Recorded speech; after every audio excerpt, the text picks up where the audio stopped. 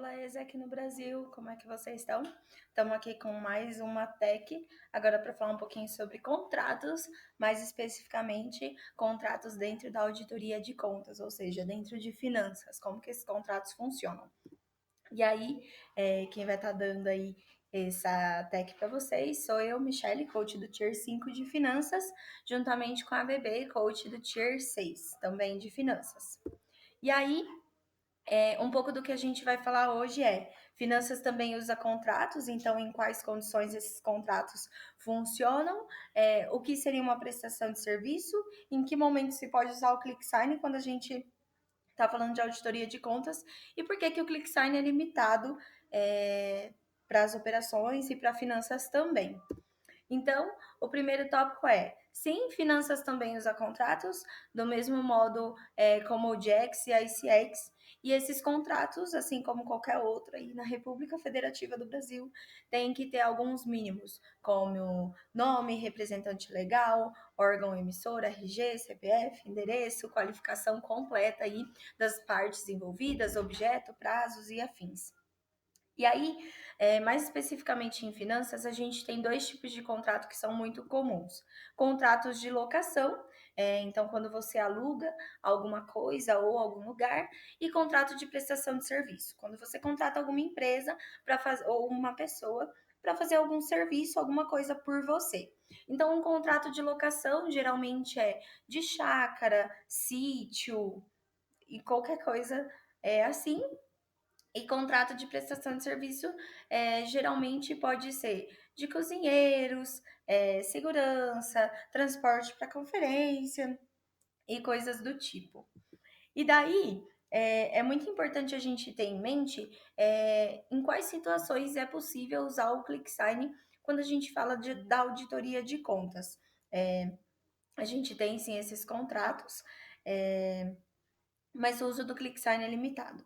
Então, dentro de finanças, a gente pode ter o contrato de prestação de serviço, a gente pode ter o contrato de locação e a gente tem o termo de quitação e outras avenças, que ele entra aí junto com o ODX, geralmente, né? Mas é o termo que o EP assina quando ele tem uma quebra de sua experiência, seja de approval ou de realize, e aí é um termo que diz que ele não vai processar a ESEC, que ele recebeu o seu dinheiro de volta da forma como foi combinada e descreve toda essa forma aí no contrato. Então, para contrato de prestação de serviço, não se pode usar ClickSign. Para contrato de locação de serviço, sim, se pode usar ClickSign, mas em algumas situações bem específicas. Então, quando a pessoa está longe, a pessoa que tem que assinar o contrato é de outra cidade ou coisas do tipo. E no termo de quitação e outras avanças, super possível aí tá utilizando o ClickSign em todas as situações.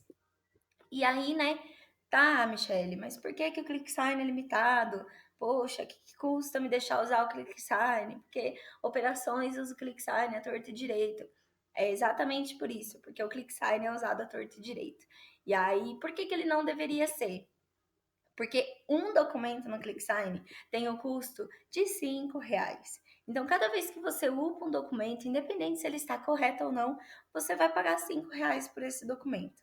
E aí vamos pensar, por exemplo, se eu tenho 33 documentos no Contas Online ou na auditoria de operações que vão ser upados, né, pelo ClickSign, eu vou estar pagando R$ 165 só de ClickSign para minha entidade. Ou seja, esse volume a gente está considerando um escritório médio, um escritório que nem tem tantos lançamentos assim. Então, sim, o ClickSign tem um custo, é por isso que a gente evita ao máximo utilizar ele quando a gente fala da auditoria de contas. Então, contratos só no Contas Online, beleza?